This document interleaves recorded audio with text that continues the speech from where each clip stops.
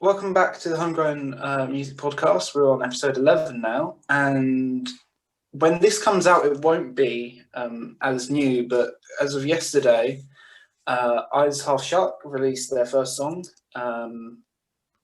George disappeared. And we're just going to talk about it. We're just going to sort of have a general chat and sort of plans forward and so on. And yeah, but how are you guys all feeling, really? Because I was just speaking with Oscar about how he felt, and he said it felt a bit unreal. But like Teddy and George, how do you two feel personally? Yeah, I didn't really clock it properly until it came out. Like, I don't know. It felt like it wasn't real until it happened, until it came out and it was up. But yeah, it was a really good day. I was really tired out because we were doing loads of stuff. We filmed a bit for like a lockdown music video. So yeah, it was a busy day, but a good day. Nice. And George, how are you feeling? Because yeah, I mean, it's a bit weird. It's not like it's blown up or no. But it is weird being able to go on Spotify and just type it in and it's there. Yeah, yeah. And I think as well, it may not have blown up straight away, but there was a massive positive reaction to it all. I certainly saw. I don't know, you guys know a bit more about the reaction than I do, but and yeah, I think it got shared out quite a bit. I noticed as well, a lot of people were sharing it. People who might not particularly know you guys, but maybe know people like me who know you guys, and it has spread a bit. So yeah, it's very good. I think the power of social media, isn't it? Like we obviously closer friends and stuff shared it, and then kind of from there it's like people who just want to see a band do well, and they just want to support their kind of local small band who just started really doing this stuff. We haven't had the Instagram page for that long, and it's been really good to see the uptake on it, really. Yeah. I know, and also the Eyes Half Shut Instagram page, I think, isn't it bigger now than the original Broken Sync one? Yeah, like 6 times bigger. Yeah. We really tried to push this time because I think on our last page it was, I don't know, we didn't really post as much, but this time we all agreed like we've got to make a concerted effort to make content. There's a lot more we can do this time round as well, because like with when we were just playing covers, we could only really post when we were playing gigs because there wasn't a lot of content. But there's a lot more we can do now, so that's nice. Yeah, definitely. And I do want to sort of talk about the song a bit because it's a very good song, and and yeah, I mean, who wrote it first of all? Wasn't it George? I think. Yeah. I mean, really, the thing that people are mainly going to grasp onto is lyrics and sort of the inspiration behind all of that. Where did that come from? It's kind of about a relationship at kind of almost the end of its life, and the narrator knows that it's gonna end, and I don't think the other person necessarily does. Like they know it's not right and they know they don't feel right, but part of them still loves the other person, and it's kind of about that inner thoughts about that sort of situation. The thing that a lot of people, certainly for me, that grasp onto it as well from the song, not just lyrically, but also that guitar riff at the very beginning, is very good. And oh, thank you. And yeah, come on. Yeah, so that came out in a jam session, and Oscar was just playing a drum groove, and I don't know what the rhythm was, but it wasn't the drum groove that ended up on the bend, but it just inspired that kind of like that rhythm of the guitar in, and Oscar was playing, and I started picking through that chord, and it's just a really simple triad, but yeah, it works pretty well. And then simple riffs are usually best. Originally, when I first wrote the song, I wrote it, and it was meant to be a bit like more to the tune, not to the tune, or more to the feel of Smells Like Teen Spirit, like with really like really distorted chords, and I brought it to Teddy, and he started playing it with some clean guitar, and then put this riff over it, and I was like, oh my god, that works really well. So that's how, and then that riff kind of changed how the whole song was going to feel. But yeah, I mean, I heard the riff. It starts off with the drum groove, and that's quite cool. And then the riff hits in, and that was the thing that really caught my ear, was just the feeling of it. What else did I notice? I mean, I noticed the bass as well. One thing about bass that I always find a bit odd in terms of music is how well it's mixed in, because bass isn't like a guitar where it's center stage, and even to drums to the extent, bass is often quite hidden in the mix. I mean, what was the process behind the mixing and how it all came together in the studio, as opposed to just sitting and jamming on it?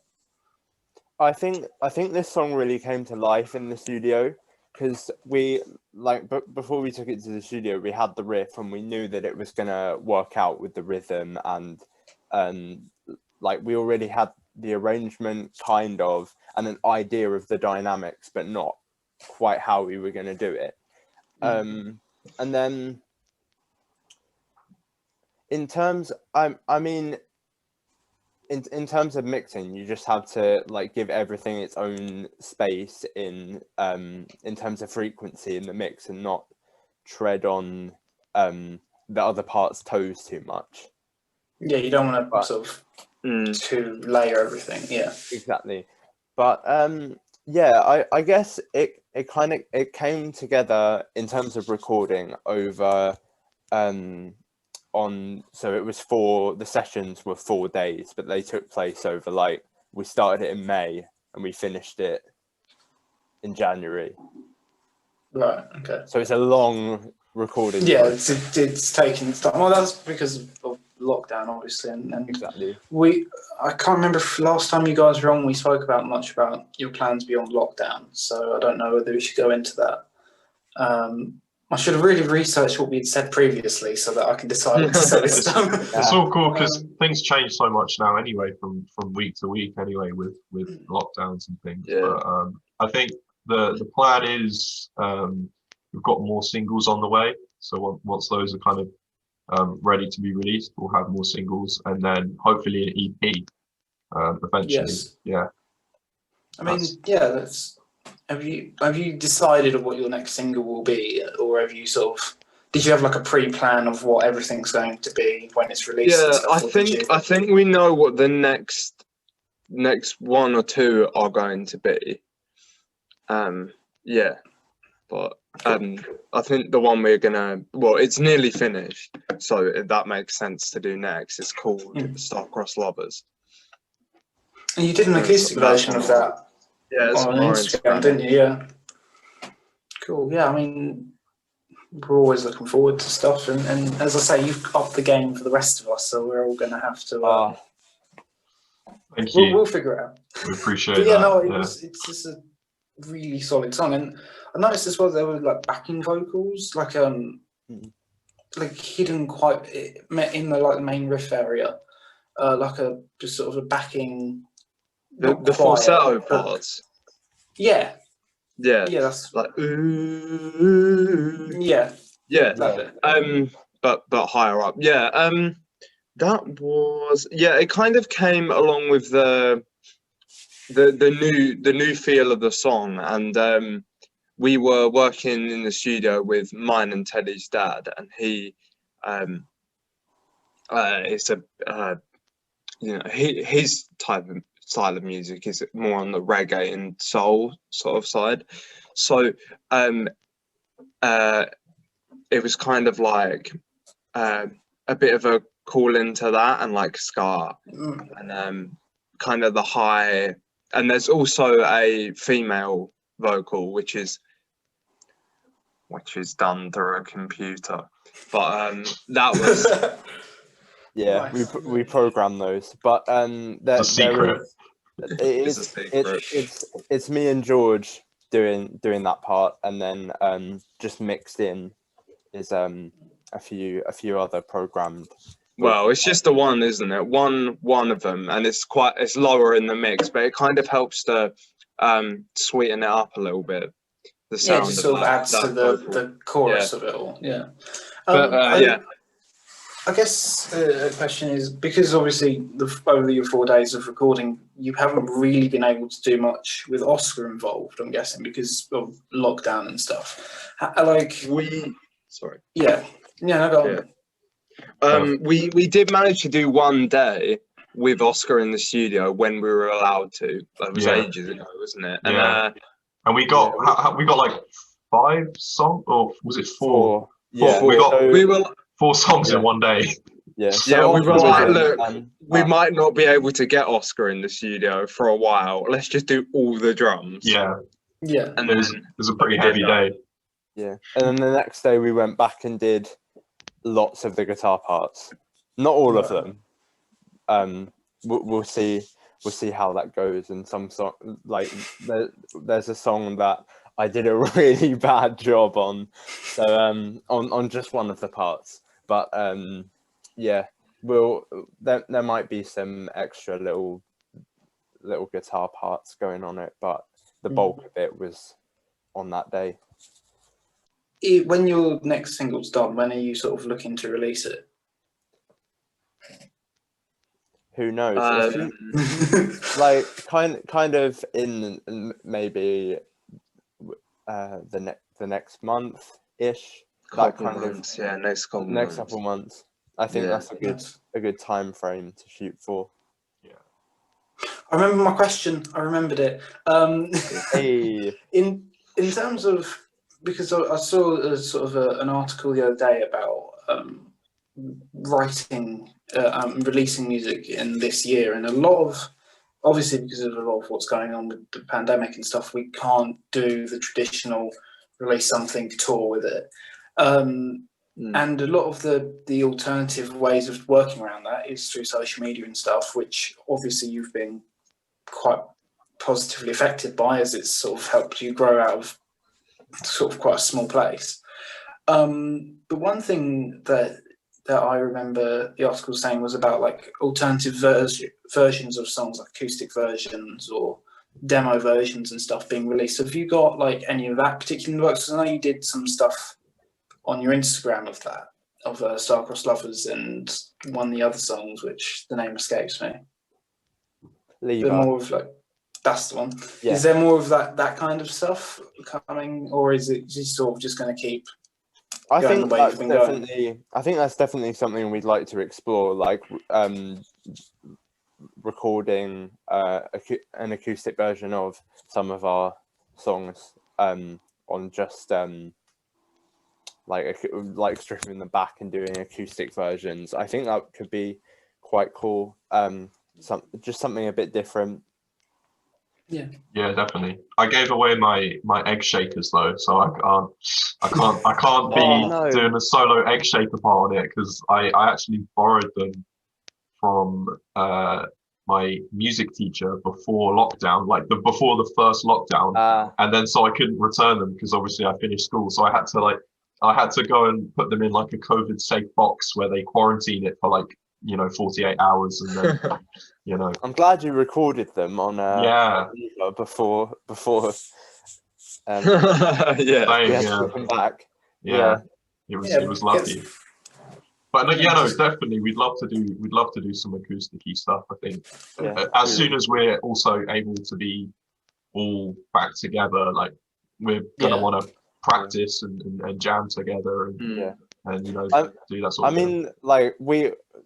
Like being in the studio is great. I love it, but like we're primarily a band that performs and likes performing. So that's important to us to get that back going again. Yeah, I think we're all missing performing in varying degrees. I've missed it a lot. So yeah, I have more questions. I feel like the first gig back is just going to be the best, isn't it? After so long. Definitely. And I can't wait for it all to blow over. Hopefully, it blows over this year. That's the hope. But fingers crossed. Yeah, we can never be too. I think this summer might be. We could be seeing some gigs if social distanced or. Yeah, I think there's certainly plans to do so, and I think if the vaccine rollout stays the way it is, I think we should be pretty okay. But sure, he's hoping, and but that's all depressing and makes me think of Twitter, and that's not a good place to be. Oh no, it's a minefield. It's an awful place, is Twitter. I don't know why I've still got it. Do you have a favourite part of the song, like a favourite section, or? Yeah, I mean, me personally, I really like the kind of the end vocals, because the backing vocals kind of do this descending thing, which I really like, where they repeat the line. So you've got the lead vocal, and then you've got the backing vocals doing this descending. I don't know how to. It's like a descending sequence. And I really like it's a descending harmony. I really like that.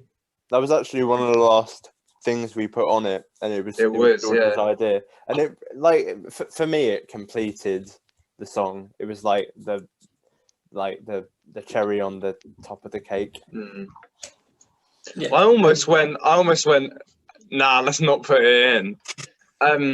Because we've been in the studio for quite a while, and I was ill, and my voice was starting to hurt, and I was like, let's just leave it at that. Just cut it out. But my dad was like, no, we're recording it, and then we've got the choice to have it in, and I'm glad we did. Yeah. Me too. Well, it's again, and as Oscar says, it adds quite a lot to the ending and sort of builds up to this really nice finish. Yeah, it's good. It's just a good song, and it's just, I don't know much more to say. It's just good. I don't have any more questions, so that's all me. What about you, Ted, and you, George? What are your favourite bits? Do you have favourite bits, or? I think that bit at the like the build out of so there's like the bridge section kind of where it goes right down and then builds back up again. The solos, like, no, I say solo, it's like an instrumental section with the guitar playing something a bit different. That's quite nice. I wrote that on the fly. I came into the studio without it. And I was just like, press record, I'll make something up. Just go for it, yeah. Nice. I think I have quite a similar favourite part, because my favourite part is the solo, but including the chorus, with the end of the chorus just before, because the bass does this, comes up an octave, and it really builds the energy just before it shoots you into the solo. And that's the part when we were recording the video, that was the part where I was really like getting into it the most, I guess, because it's like the really high energy. I don't know, it's only like two or three bars leading into the solo. But it all builds into it. Yeah, it's cool. Yeah, I particularly like, I mean, the guitar part was really good, and I did notice the bass. I've only listened to it with headphones like once or twice, so I couldn't get it fully. But I've noticed the bass a couple of times. It's quite a good part. I didn't notice that though, so I should listen out for that next time round. But yeah, that's about it. Short. It's quite a short podcast. This one. It's all good because I mean, like, you know, it's just a little taste, a little catch up. You know, it's all right. Yeah. It's a bit shorter. I usually find the ones where we have like guests on, where we do guest podcasts. It's always a little bit shorter, just because when it's just me and Jack, we just go on forever. So ramble. Yeah. we talk about anything and everything for like hours, and we end up with these really long rambling, you know, podcasts. But I feel like a shorter one can be a little bit more palatable. Yeah, like, definitely. People will watch the whole thing. I don't know how many people have watched a whole hour and 30-minute long pieces. And not to say that it's bad, but a lot of people get bored. Yeah, I'm the same with podcasts. I prefer them to be a bit shorter, but Oscar and I just sort of build off where we start, and we just sort of it's all good. Waffle essentially. Yeah. No, it's okay. It's good to it's interesting to listen to. I'm glad. I got number Sean one listening fan. to it. When we get merch, you can buy it. We need to get a jingle, actually. Pride. That's something we need to think about. Yeah, we need to have like a little jingle before we go in, like the Homegrown Music Podcast. Yeah. Get Indiana and Eyes Half Shut together. Yeah, collab. That'd be sick. Boom. Well, I think it would be great to jam with you guys eventually when we're allowed to. Yeah. And I'm allowed to travel anywhere because I'm stuck. But yeah, it'll be good. And shall I do an outro now, and then we can just sort of have a general chat afterwards and just sort of go. So that's been it. How do you normally do these so outros? I go right. Well, that's the end of the podcast. Right. Well, that's the end of the podcast for today. Thank you all very much for joining us, and we'll see you next time. Bye-bye.